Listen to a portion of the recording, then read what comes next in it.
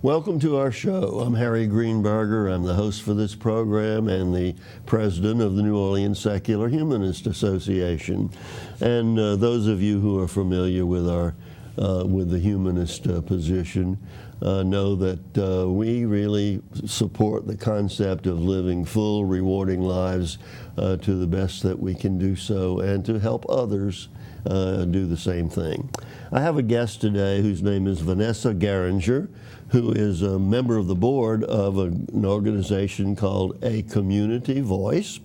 And I'm looking at a piece of their literature that says Community Voice celebrates 40 years of community organizing in Louisiana, and that 40 years is because they are the organization that has followed Acorn as the same group who were part of the Acorn group here in New Orleans. That's correct. And I'm reading from their literature, and it says, among other things, that what they're doing enables the community to bring together those who have common interests and concerns to improve the quality of their lives and those of others in the community.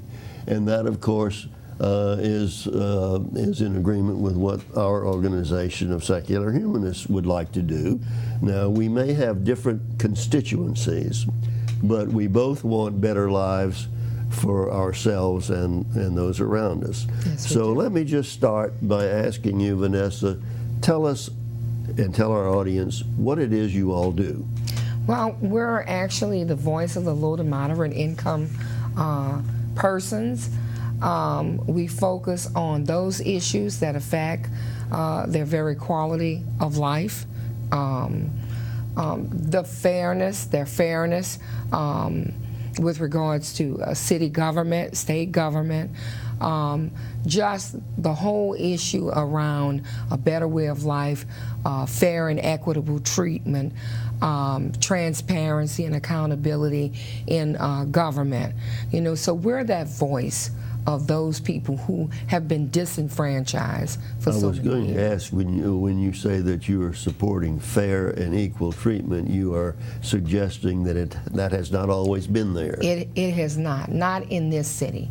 I'm 55 years old, and what I've seen for decades is just total disregard for low to moderate income people and the issues that affect their daily lives, and even more so since Hurricane Katrina, because I live in one of the most devastated neighborhoods in the city. Which is the Lower Ninth Ward. And you're still living there. And I'm still living there, and none of the infrastructure that was severely damaged in that neighborhood has come back, has been restored. You know, so we're saying, why? We're coming up on 5 years of the Katrina anniversary, and we still don't understand why we look just like the storm, the day after the storm.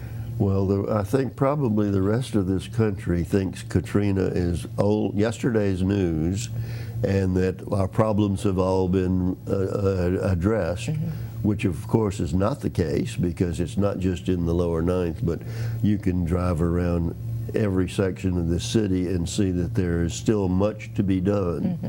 Well, now, my understanding was the Road Home program made money available to people who had losses to restore their property. Has that not been utilized in the Lower Ninth? Well, the thing about the Lower Ninth Ward, like so many low to moderate income neighborhoods, the Road Home was really not fair and equitable in their assessment of people's properties in those neighborhoods. So unfortunately, a lot of residents did not get what was fair. So a lot of residents could not return, could not rebuild a home, could not repair their homes if it was still standing. And what we're saying now, for the city and the state to sit on $800 million and now have $400 million in jeopardy of being taken back by the government because it wasn't utilized. Because it wasn't utilized is a hard thing for us to look at, when we have so many people that could have returned if our state and local government would have done the right thing. I'm looking also in the literature that your group puts out, and it says, on June the 24th, that was this year, New Orleans residents met with the Inspector General to continue their demand for an investigation of what happened to the money that was raised off the flooded neighborhoods that never made it into these neighborhoods. Well, what has happened to that investigation? Well, fortunately, he did decide to investigate donations because I've evacuated to Baton Rouge, and seeing televised footage around people visiting the city. I saw Prince Charles. I saw the Sheik of Qatar. Yeah. I saw many affluent people visiting my neighborhood who also offered money, did correct they not? And we believe that monies were given in the name of our community, and we haven't seen any of it, and we've asked for 5 years now, where are these monies? So he agreed to investigate that, but the entire thing around the Inspector General was that we really wanted him to investigate the FEMA dollars that have come to the city. Yes. Because again, none of our infrastructure has come back, and we were, and we say this all the time, the poster child for Katrina, and we're saying we believe the federal government gave monies right away to restore our neighborhood, but the money was redirected other places in the city. Well, that meeting with the Inspector General was more than a month ago. Mm-hmm. Have you gotten any feedback from him? Not as of yet.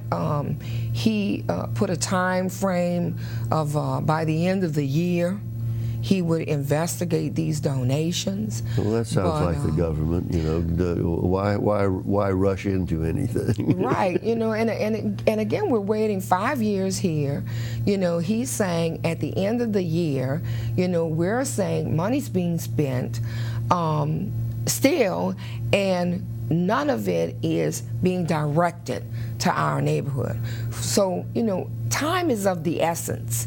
We want expeditious movement toward informing us as to what has happened to these funds, because we feel, we've basically been left out.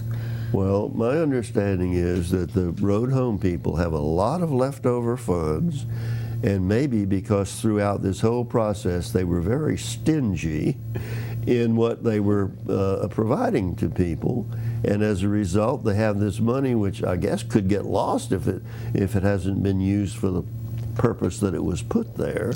And I think that whole Road Home program is due to terminate in the next few months. Do you know anything about that? Well, the thing about it, there's the hazard mitigation program and the elevation program is still in the pipeline. I myself even applied because I live in a historic home. It's about 80 years old. We'd done an addition. The main house sunk during the storm. So I had a contractor come in who, like so many people, did not tell me there was an issue under my house. So all the seals are bad. Piers need to be replaced. So my house needs to be elevated, that portion of it.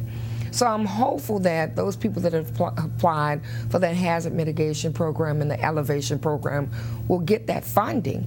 But we still have lots of people that have not received Road Home money.